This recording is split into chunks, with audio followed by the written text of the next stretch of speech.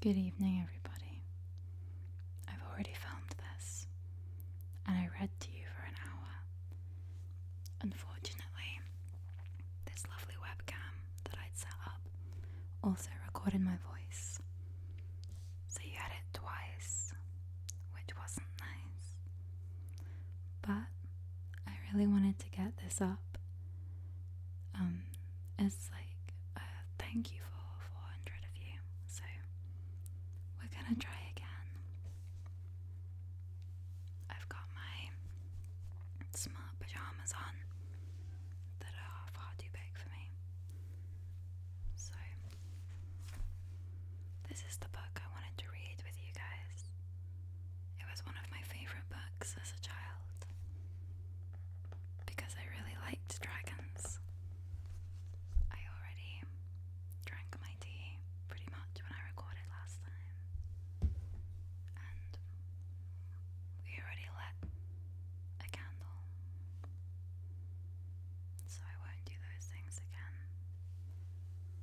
I will tell you again that I unfortunately have horrific eyesight, so you have to put up with these. Sorry.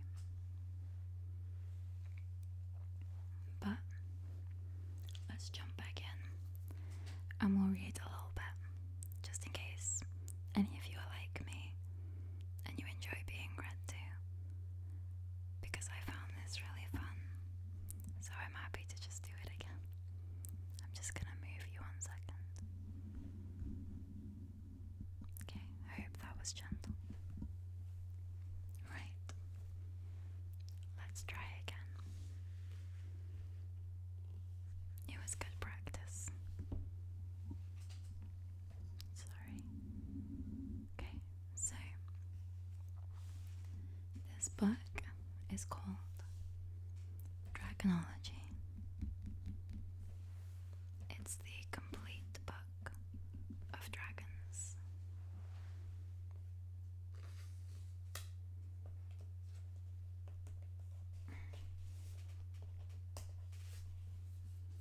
There's a lot of 3D things and things to get like this, so I'm not trying to be ASMR-y because I don't know how to do that, so I'm just trying to be calm. If you find this horrific, please don't tell me.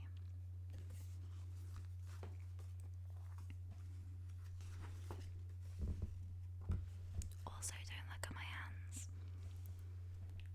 To whom it may concern, Dragonology is the proper study of the dragonologist, or student of dragon lore. Since the occasion when Merlin found 2 mighty dragons fighting each other beneath the castle of the king Vortigern, dragonology has been the study of magicians and students of the arcane sciences the world over. Knowledge of dragons has been passed down over the years, of their history, their different types, the true sightings of dragons, where they might be found, how they may be tamed or slain, and how and why the student may learn to use them and their various parts to his advantage. Also, perhaps the most important thing, why such knowledge should never be used against them. And above all that, dragons, like so much of the flora and fauna of this fleeting world of ours, are rare indeed, and it would be a shame to see them disappear forever. So I have set this knowledge down, student dragonologist, not that you might seek out and destroy the few dragons that remain, but that you might learn about them and indeed help them to stay concealed. For the wise learn much, see much, know much, but disturb little. I have lived among dragons, long among dragons, but my life is almost over, and my final accomplishment as a dragon master is to pass on this knowledge to someone worthy of its keeping. Ernest Drake.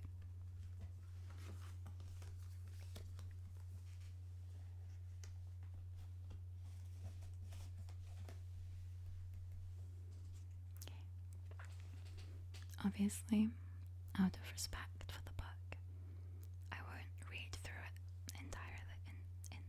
in its entirety. I'll choose a random page.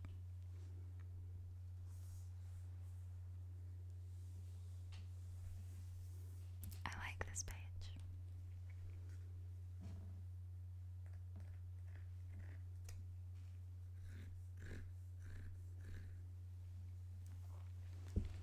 While it is likely that all of these western dragon species are closely related, the keen dragonologist will note a number of interesting differences between them. For example, while the rich flame of the European dragon is produced from a combustible venom, see chapter 3, that of the Nuka does not ignite at all. Frost dragon's venom, on the other hand, sprayed in a mist through Arctic air, has a corrosive action that is similar in almost every aspect to the effects of frostbite. Unlike most reptiles, western dragons spend much time caring for their egg-incubated young after they hatch, and a firm bond develops quickly between chick and parent. No doubt there is none other beast comparable to the mighty dragon in awesome power and majesty, and few so worthy of the diligent studies of wise men. European. Known to some people through their ability to breathe fire and their love of treasure, this species is now confined to the few remote areas. Effective at using language, they shed their skin. Dragonology. Nuka.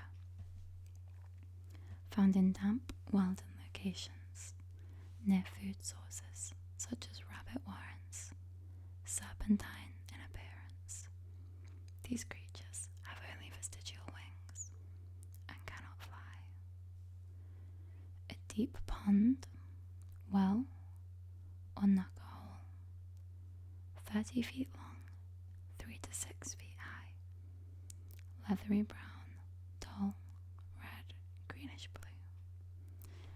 While some authorities claim the Nuka is simply a junior form of the European dragon, this is almost certainly not the case. Indeed, its preference for damp holes and low-lying locations is in contrast to that of their largest cousin, who prefer rocky mountain areas. Although Nukas do hoard treasure, they will attack with venom rather than fire.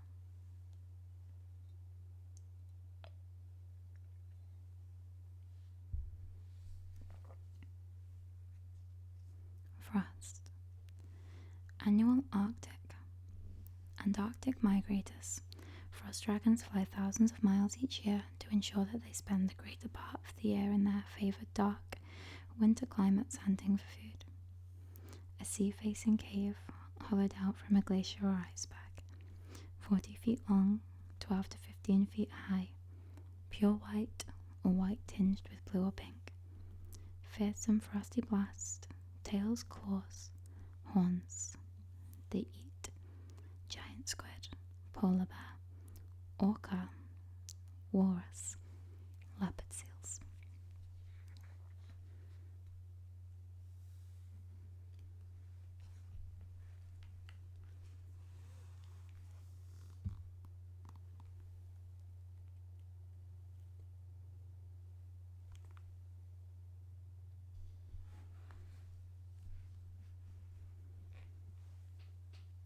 Chapter 2.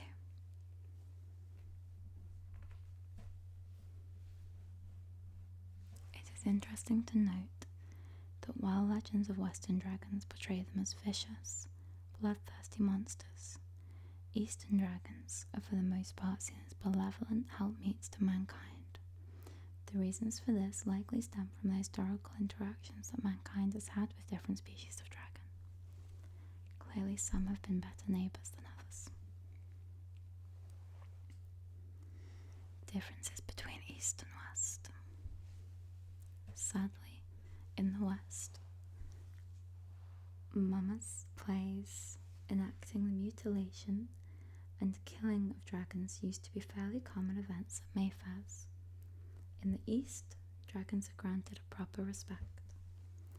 During Chinese festivals, they are often honoured with dragon boat races and dragon dances, as shown in this scene depicting such a dance in Canton in 1884. Lung are most often found near the rivers, streams, and lakes that hide their underwater layers. Females carry their eggs with them for safety, using the layers to store their pearls and opals they hoard away. The number of toes varies across the various subspecies. Japanese lung have 4 toes, Indonesian 3. Chinese or imperial lung have 5 toes. I used to draw this dragon when I was a kid.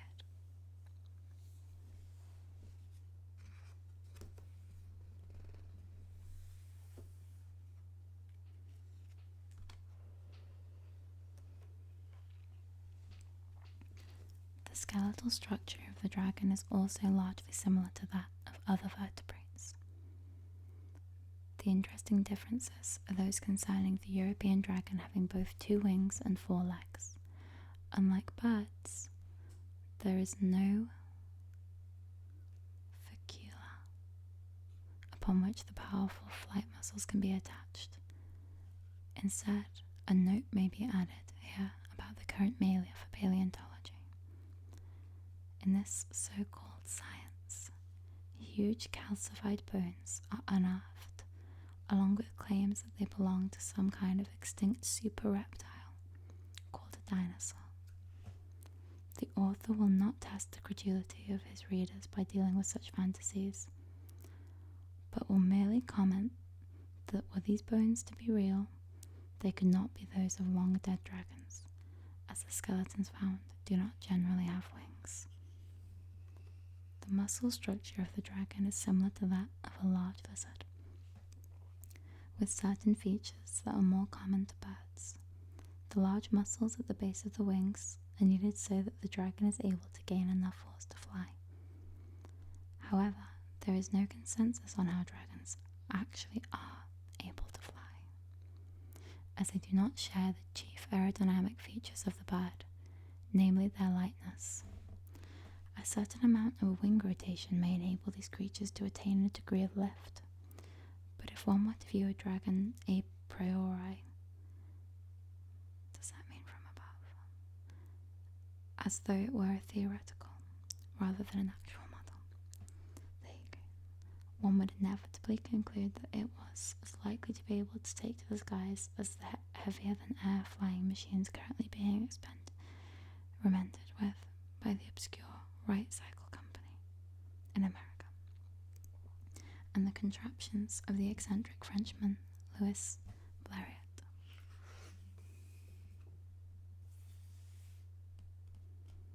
Digestion is fairly straightforward in dragons. In general, a dragon will eat its prey whole where this is practical. If not, it may rip it into tasty chunks that are small enough to eat. A dragon feeds once every few weeks. Sometimes, when a tough specimen is eaten, or one with a hard, armoured exterior, the dragon will regurgitate its prey at leisure in order to shell it and flame grill it to a more succulent tenderness.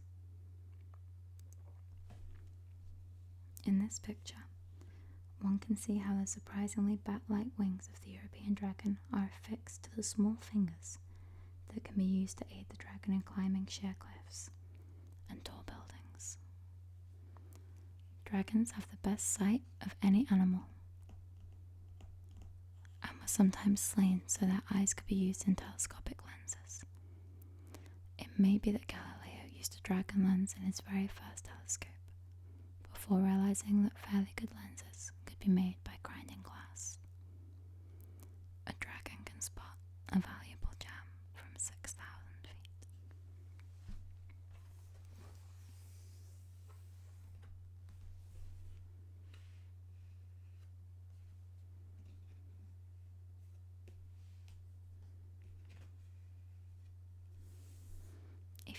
contain the eggs.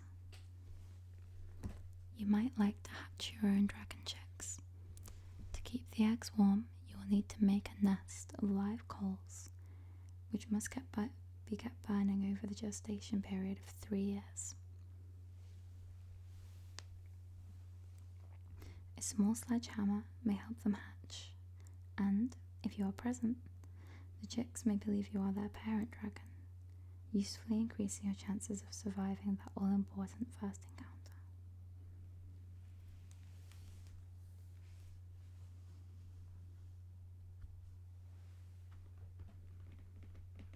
Okay.